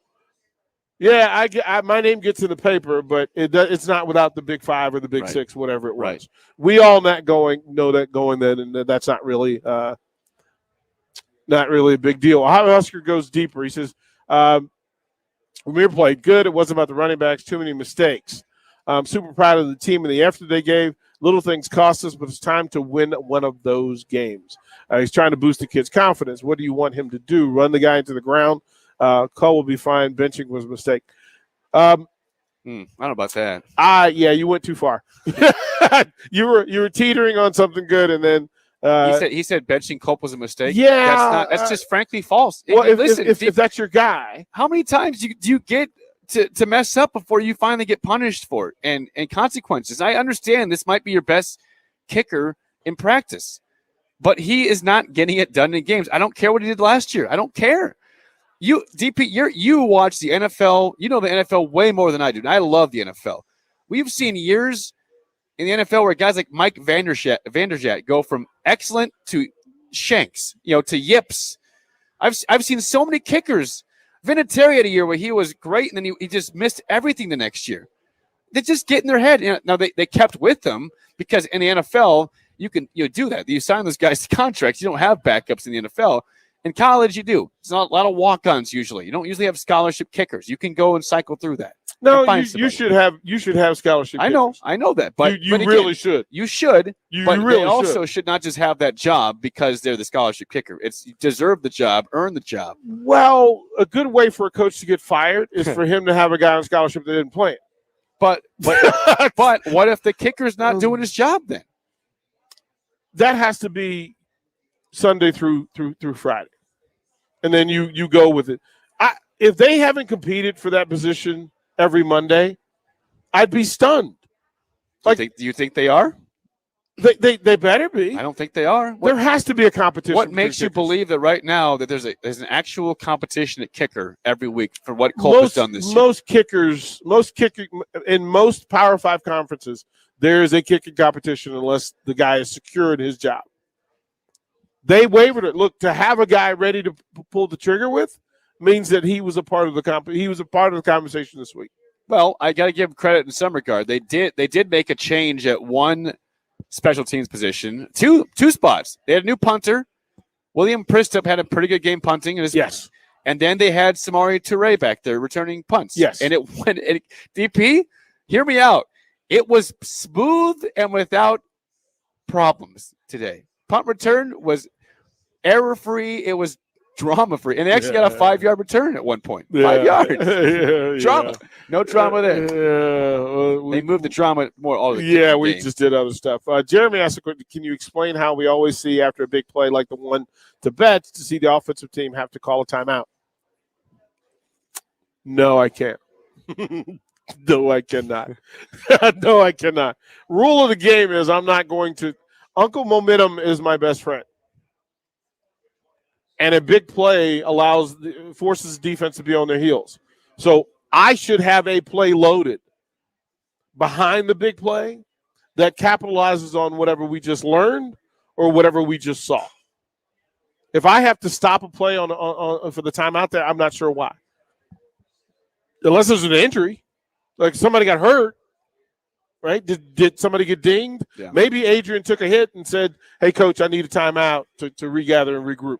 Those are the only exceptions and excuses I can think of. Ken says there hadn't been a backup quarterback competition in 4 years. Why would there be a backup kicker competition? There should be a competition every Monday. Yeah, but I win a job day. Win a job day. You got a key word there, DP. Should. I should. I'm not on staff. But I always knew that if we accomplished everything on Friday night or Saturday night or whatever it was, that the next day allowed me to reassess where we stood. Where do we need to get better? Where do we need to improve? What adjustments do we need to make?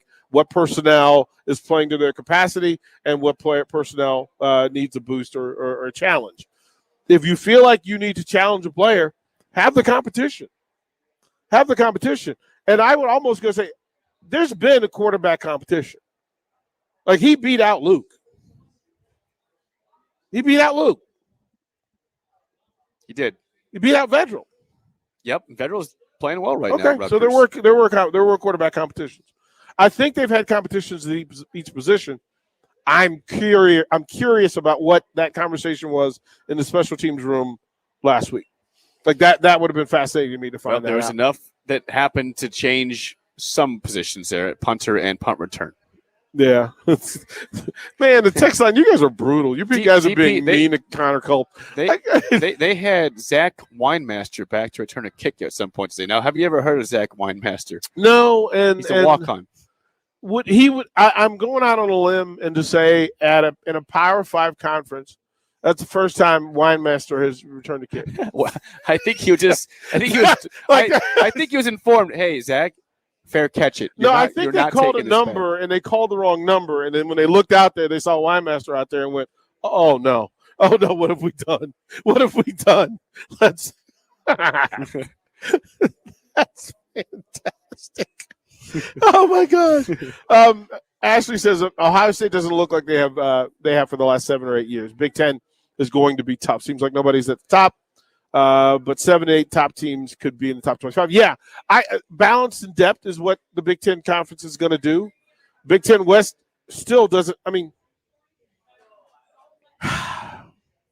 Michigan's performance today adds to the conversation. Like, they put flavor in the soup today. Michigan State doing what they do. Yep. Ohio State is not a given right now. Well, the East right now to me is fascinating. Dakota says Weinmaster returned several kicks last year, multiple kicks last year. Did he actually return them though? I don't know. I don't remember seeing him. If that's true, I am unaware. And Dakota, if that's true, I don't remember that at all. And it must not have been anything to write home about because I don't remember it. So this is again where it is. Ohio Husker says the kicking conversation is hilarious. You know, Colt makes kicks in practice, or he wouldn't be out there. Dude is the only one that looks like an actual kicker. I don't know what a kicker looks like. Yeah, been coaching for 30-something years. Don't know what it looks like a kicker. Don't know what a kicker looks like. Don't know. Never look. Okay. But yes, I would assume that he's making kicks in practice. I would also assume that the offensive linemen aren't jumping off sides in practice. I'm also assuming that they're not having holding calls at practice, because if they were, they would have been corrected. And if that did happen and they didn't correct it, that's a different conversation altogether. All right, Jake, we'll go back. We'll throw it to break, but with you, I want to get into what you think the next thing is in each of these groups. We have more answers now. So let's see who you think will be the lead runner next week, the receiving crew. If Oliver Martin is here and capable of playing, where do you put him? What do you do in the tight end room? And then the big question, the offensive line. What do you do if you're the Huskers with that offensive line? Sorensen will give us that answer when we come back. You could celebrate a Nebraska football win with chips or wings and your favorite beverage, but Beatrice Bakery has all sorts of cakes to celebrate all victories in the fall. Coffee cake, breakfast bread, artesian cakes, and especially Grandma's fruit cake, an original recipe from 1917. No one remembers who brought the chips, but everyone remembers who brought the cake. Make your parties memorable and your Mondays at the office better with cakes from Beatrice Bakery. They ship nationwide. Check out BeatriceBakery.com, proud sponsors of the Nebraska Shrine Bowl. Welcome to our world of yum. Hey, sports fans. Rico here with HIS Auto Care 70th and Van Dorn. Carfax recently awarded us as a top-rated auto service center for 2020, and Lincoln Choice Awards voted us as the 2021 top independent auto repair center. Call us at 402-488-8934 for superior service bumper to bumper. Mention this ad and get 7% off. Doesn't get any better than that. Rico for his Auto Care, 70th and Van Dorn. God bless you. The professional bull riders return.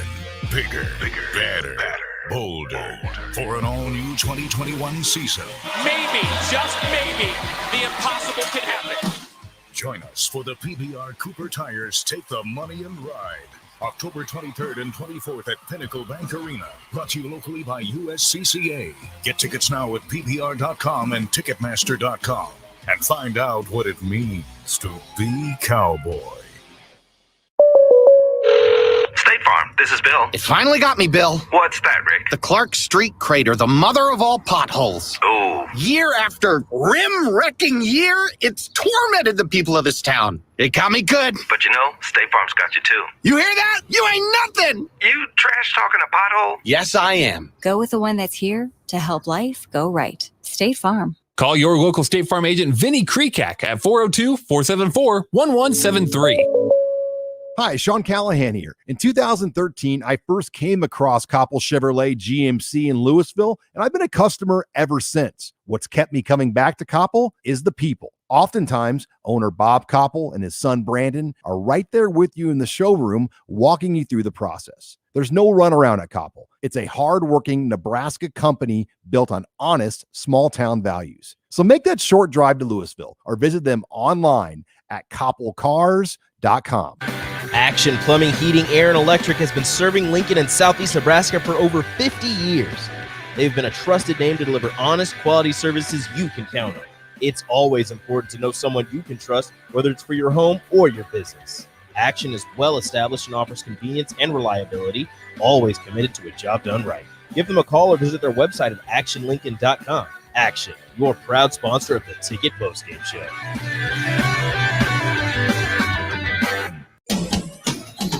When you choose new flooring, you don't want to wait for weeks or months to enjoy it. You want it installed right away. Hi, Steve Carper from O Street Carpet. We hear stories every day about long waits and installation charges way higher than necessary. When you choose O Street Carpet, we'll measure free, install right away, and at a much better price. Stop in, shop now. Proud to be Lincoln's choice for nearly 50 years.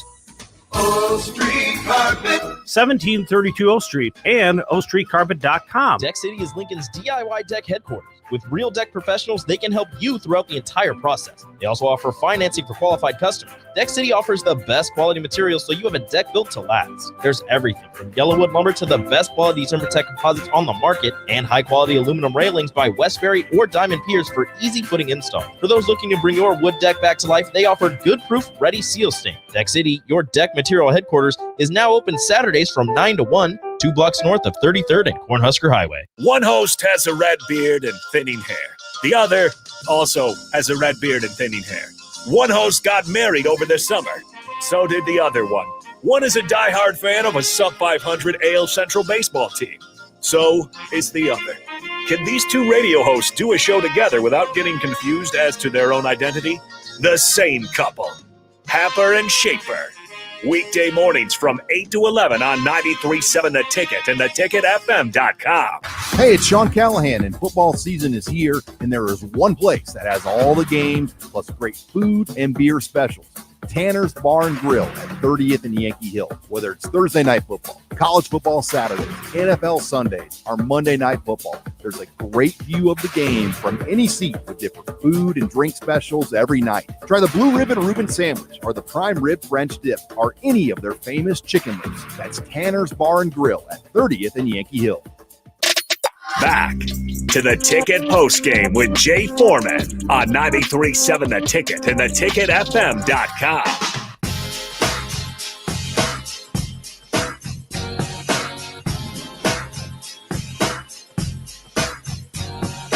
Again, Ticket Postgame Show live from Tanner's 30th and Yankee Hill. If you're interested, you got like 30 minutes to get here to get your name in a raffle for the Dean Stein Cooler signed jersey. Thank the folks from Action Plumbing, Vinny Krekak, and, of course, our folks here at Tanner's who have been good. And, look, I need to make sure we give Mike from the text line a T-shirt for the greatest text of the day. Jake, do you know who Coach Kleinman is? Yes, that is the Kansas State head football coach, formerly at North Dakota State. That's exceptional. That is an exceptional. That text is top level. Well, the reason he says that is because Chris Kleinman is 2-0 against Oklahoma in his 2 years there. That's a great plays physical football. They don't make a lot of mistakes. They're not the most talented team, but they they win with what they have. I like Chris Kleinman. That's a great text. Ohio Husker, our apologies. We did not mean to cut deep. That was not our intent.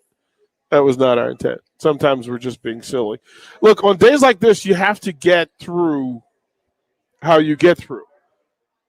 The question and the room that we need to address most.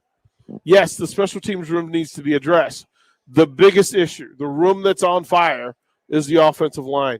What would you do, Jake Sorensen? I mean, that's the big question. I don't know if you can just commit to staying with what you have.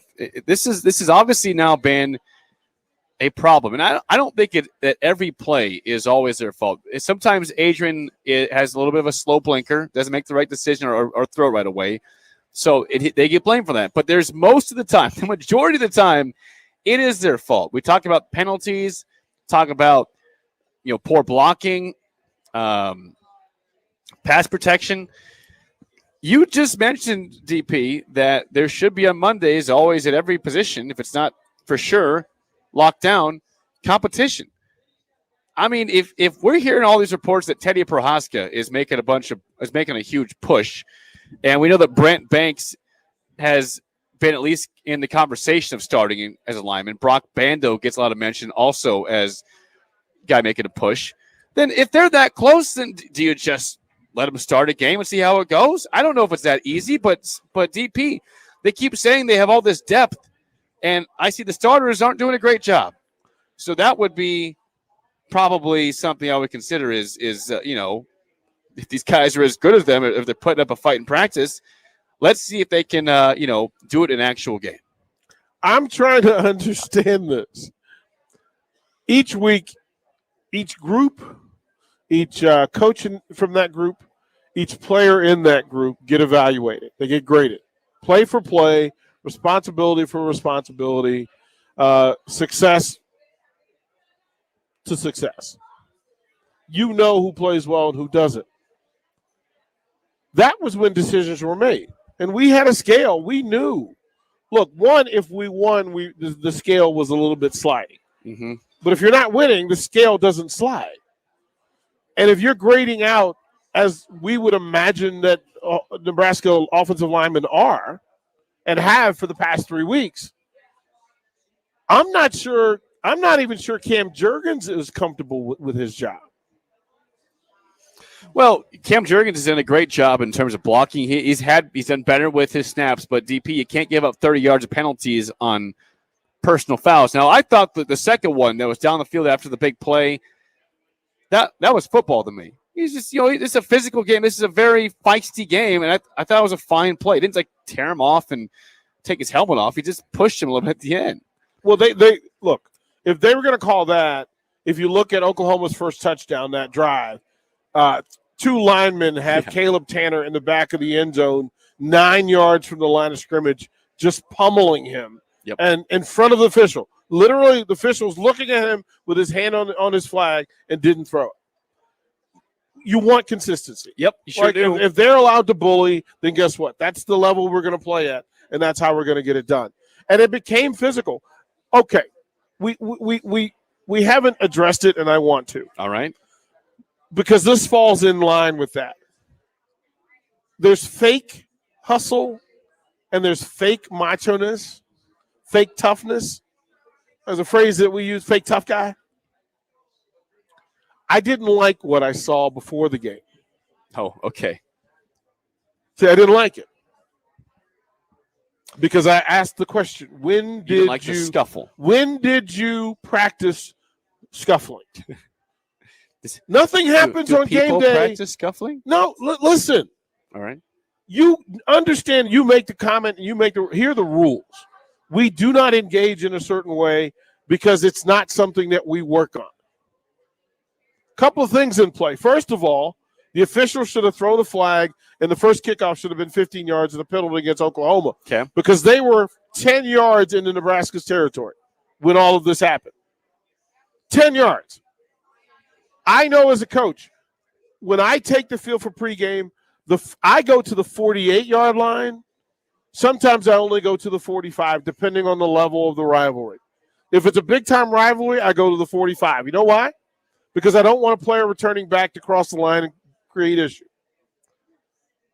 They will throw a flag on you for doing that. Understood. Now, tell me what day of the week Nebraska practiced pregame scuffle. I'm going to guess it was probably none of the days. Okay, so why are you doing it? Where's the leadership and where's the discipline? Like, I don't need the fake tough guy stuff. Like, I'm going to stand at the 45 and face them and bark at them. That kind of nonsense. No. What you needed was additional toughness during the game when it mattered. It's not a part of who you are. That's not a part of the personality of Nebraska football. I mean, look, it made some of the fan base go, woohoo, we're scrappy. No, what it meant was the same issue that you had all along with being undisciplined, you took to Norman, Oklahoma, and it showed you couldn't wait to show how undisciplined you were. And then what happened in the first play? Undisciplined acts happened on the first two plays. Why? First two plays. Right? Because that's what you brought to the table, and that's what you showed. And you tried to overcome it, but, man, you hurt yourself with that stuff. Well, look, what if somebody got ejected in that pregame fight and you had gone without it? It's just not a part of what good football teams do. I don't need to do that. I know back in the day there's a lot of jaw jack and a whole lot of talking. But the reality is this team can't afford to give away yardage or discipline. They need to have it in their pocket. They need to be under control. They need to be grown-ups about it, and they weren't. Let's go to the special teams room because Culp had the day that he had. Mm-hmm. Backup kicker didn't have the day that you wanted. What do you do with that? Like, isn't there an open competition in front of media? Yeah. I don't think wouldn't you do will that? never have a competition in front of media. Why not? Why not? Because this staff has never opened things up to media. They've given you like 2 30-minute sessions in fall camp this year and like nothing last year. That's basically it. Should it be more open? Sure, but in the season especially, they never open it up. Is that right? Probably not. But that's the way it is. Text line. Let me again. I'll reiterate. If you come up with nonsense, I will address it. I have spent days in 2 different cities as a part of professional arena league teams. Please don't tell me what my coaching resume looks like. You have no idea. Please don't. You're wrong. That's the simple thing. But you go ahead and feel how you feel. The pick play, yeah, that's always one. The rules are the rules. So if there's gained advantage, most pick plays are unnecessary. I don't think teaching that the rub should be physical puts you under duress. You can run the pick play it's a timing mechanism. In a perfect world, I want the defender to run into another defender. I need to set an angle to have them at the mesh point run into each other. I don't need for my receiver to cross and bang it out. Most officials will say, most contact there is unnecessary. But if there is there a play to be made, and was there an advantage gained? The same thing applies. Can that defender, if he isn't hit, can he still run with that receiver? And then they make the call. It's a judgment call, so pick plays are often a matter of opinion, and that's sadly so. Yeah, it's true. I mean, again, there's a lot of things to work on with this team. There's a lot of things that you could say the flag could be called or it could not be called. I would never call that snake bit as Frost did in the past regarding this team and maybe some unlucky moments. But, it's sometimes really hard to explain how things go for this program. You create your own luck, and Nebraska has not created a lot of luck in their time with Scott Frost as head coach. Front line, right? We saw a little bit more rotation there. DeAndre Thomas played more than he's played all year and showed up with 4 tackles. Is there a need for all of this? Is there a need for the depth of the rotation? I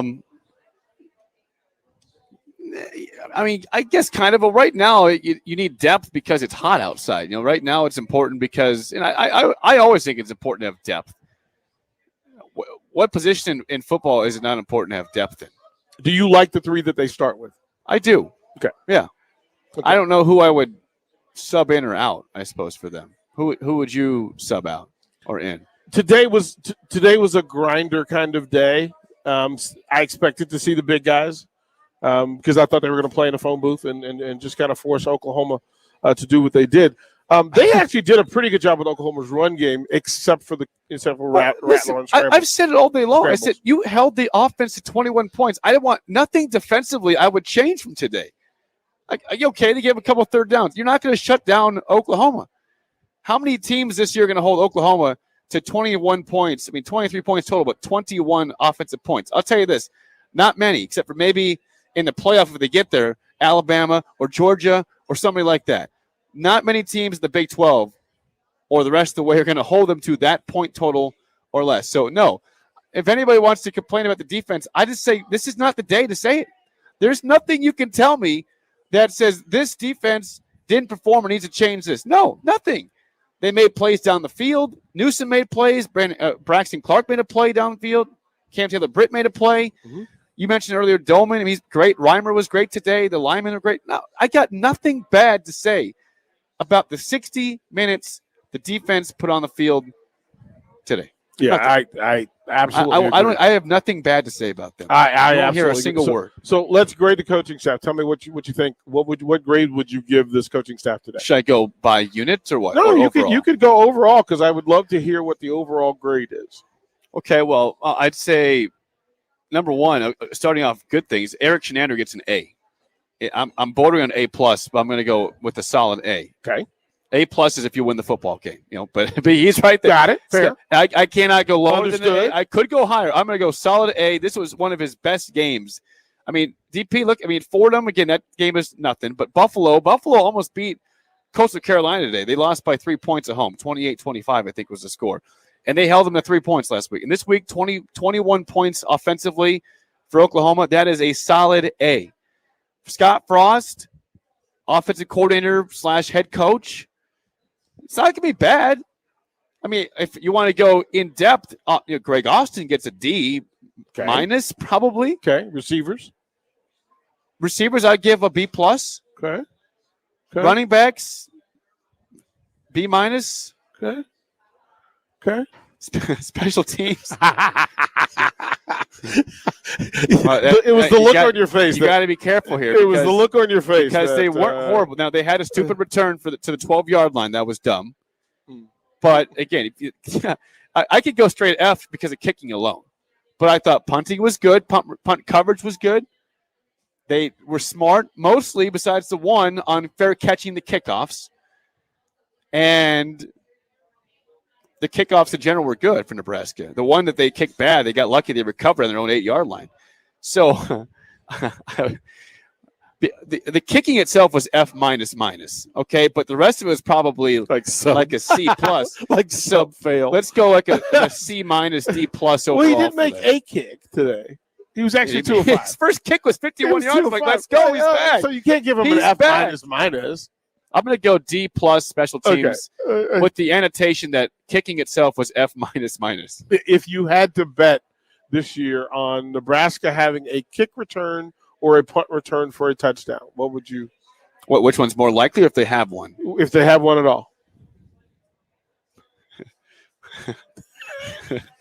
Okay, here's my actual percentage. It's above zero. Above but zero. It's this. Okay. 0.00001%.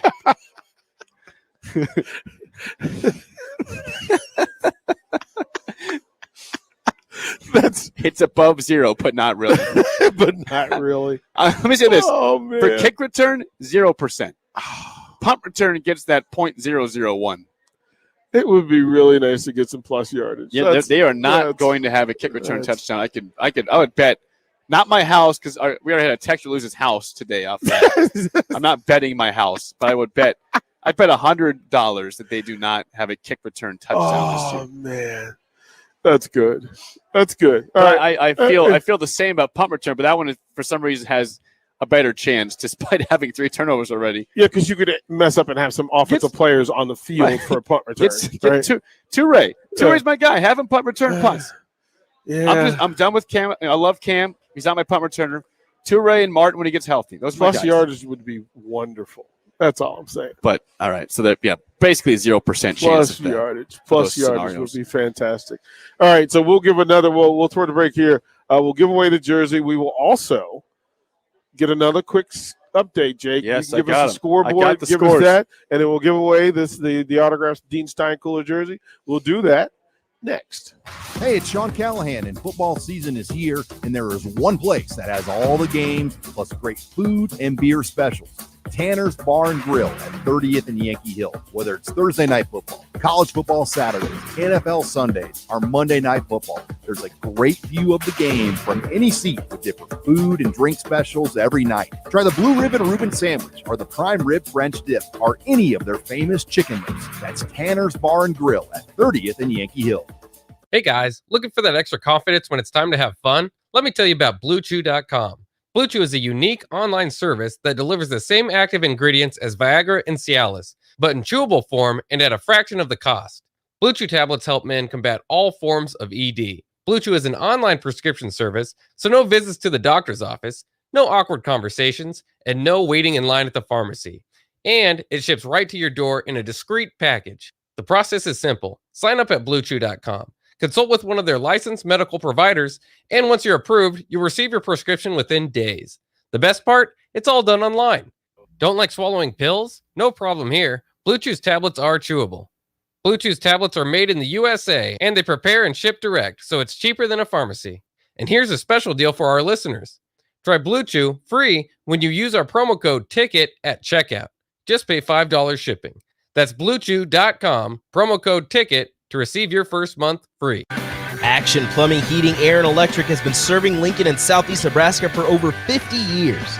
They've been a trusted name to deliver honest, quality services you can count on. It's always important to know someone you can trust, whether it's for your home or your business. Action is well established and offers convenience and reliability, always committed to a job done right. Give them a call or visit their website at actionlincoln.com. Action, your proud sponsor of the Ticket Postgame Show. If you're struggling to get motivated to work out, you're not alone. And Farrell's Extreme Body Shaping is here to help. Build muscle, burn fat, and lose weight with Farrell's 10-week challenge starting October 2nd. Farrell's combines kickboxing with inclusive strength training and nutrition planning to help you stay on track. Go to fxblincoln.com to sign up, and if you mention the ticket, you'll get a 50% discount. It's the Farrell's Extreme Body Shaping 10-week challenge starting October 2nd with 2 locations in Lincoln. Now that Ken Richards has purchased Broker's Agency, he and his professional staff will continue to provide their clients with the same excellent service under the Broker's Insurance Agency name. Broker's Insurance Agency works with more than 15 companies to help find the best policy for you to avoid any long hassles. Also, if you're looking to get into the insurance business as an independent agent, they have the formula to make that process smooth and successful. Call Ken with Broker's Insurance Agency today at 402-420-5353 or visit brokersinsuranceNE.com. Tailgating is back, and Sartor Heyman Jewelers is offering a deal that'll really fire you up. Receive a free Traeger grill with a purchase of $2,500 or more. Take advantage of interest-free financing with no money down. Sartor Heyman has dazzling jewelry in every price range, so buy her the diamonds she's been dreaming of and get instantly rewarded with a free Traeger grill. Offer ends soon, so hurry in and get them while they're hot. Sartor Heyman Jewelers, a Nebraska tradition since 1905. Wakey, wakey, new breakfast at Casey's. Wakey, wakey, new breakfast at Casey's. Do-do-do-do-do. Wakey, wakey, breakfast, Casey's. Casey's new breakfast, featuring delicious handmade sandwiches like this signature handheld made with our fresh made-from-scratch dough. Buy any hot breakfast item and get a coffee for just $1. Casey's, here for good. Talk to your local Landmark CTS about John Deere Planter Performance Upgrade Kits and take advantage of savings during the early order program. Install the latest technology for your current John Deere planter with individual row hydraulic downforce that reacts quickly to changing soil conditions, increasing ground contact, improving seed depth consistency, or a Maxi Merge 5E upgrade kit with electrical drive meters. Get industry-leading accuracy and performance from the ExactEmerge row unit technology.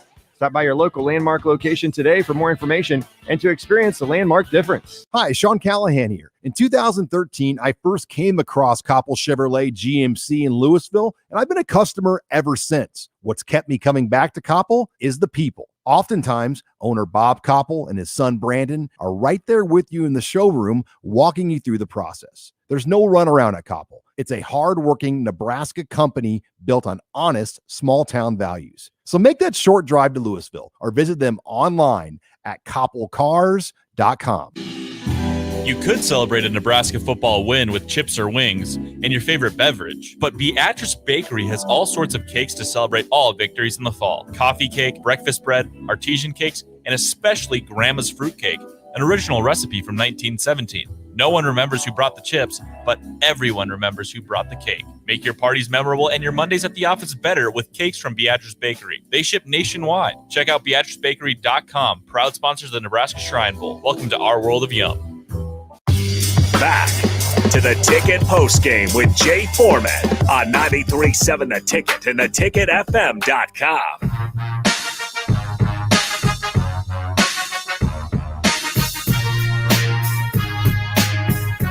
Again, we're live at Tanner's, and we want to thank the folks in the building for allowing us to spend Saturday evening with them. Bama and Florida's getting good, Jake Sorensen.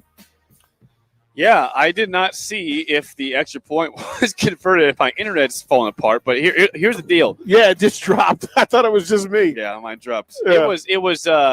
It was 31-23, Alabama. Florida went in for a touchdown. I did not look up and see in time if they got the 2-point conversion or not. I will confirm that with you here shortly. Yeah, the text line is down now. Yeah, everything's down. Everything's down in the building, so it's fine. So we're almost done. So we can't. We're shooting in the dock. What we can do, though, can't see anything. We are shooting in the dock. What we can do, though, is make somebody here happy.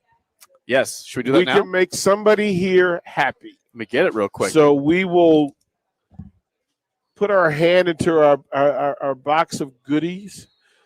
We got names and other. Jake Sorensen, you will draw the name. I will read it. All right, let's see what we got here. Jake Sorensen has drawn Jeff Sturek. Is Jeff here? Jeff Sturek. He may have left. And this. I'll tell you about this later. But no, they're not here. You have to be here to win. Hung out. We'll greatly appreciate it. Here we go. We'll keep going until we get somebody here. We got Jeff's wife, Marcy. I believe they were sitting there, and then they left.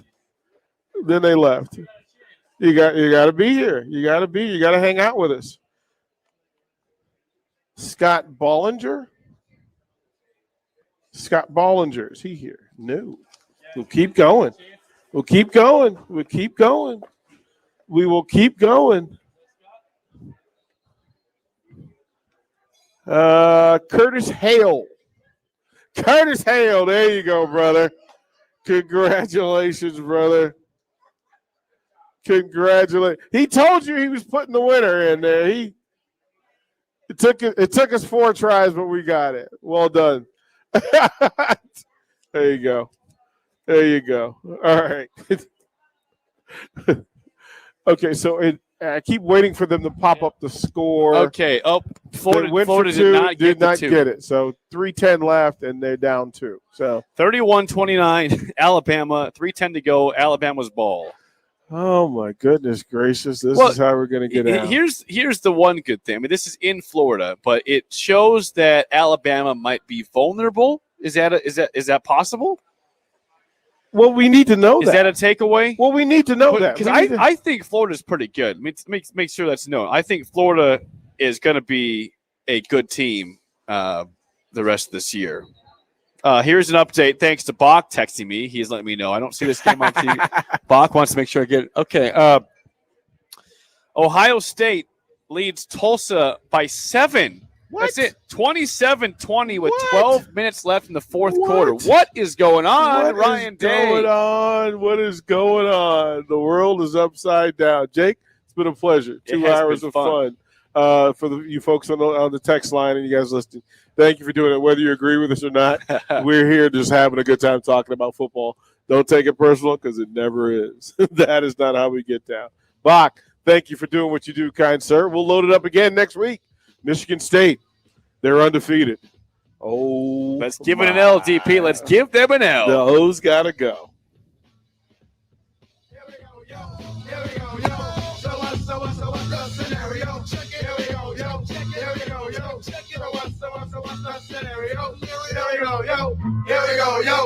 what's the scenario? Here we go, yo.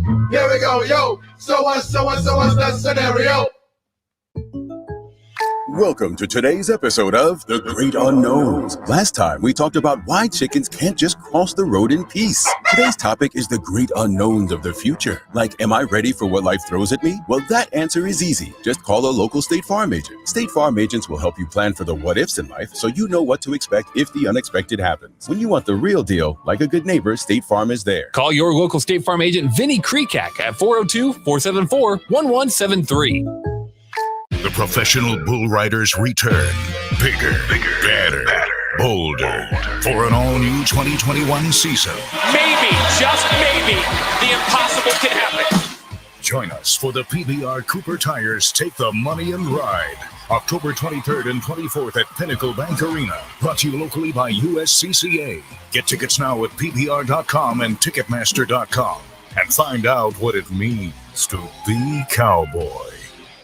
Uncle Tim, some friends and I are getting together this weekend. Can you buy us some alcohol? I don't think that's a good idea. Come on, it'll be low-key. My friends always say you're cooler than other adults. Oh, well, all right. But don't let your mother find out and don't get caught.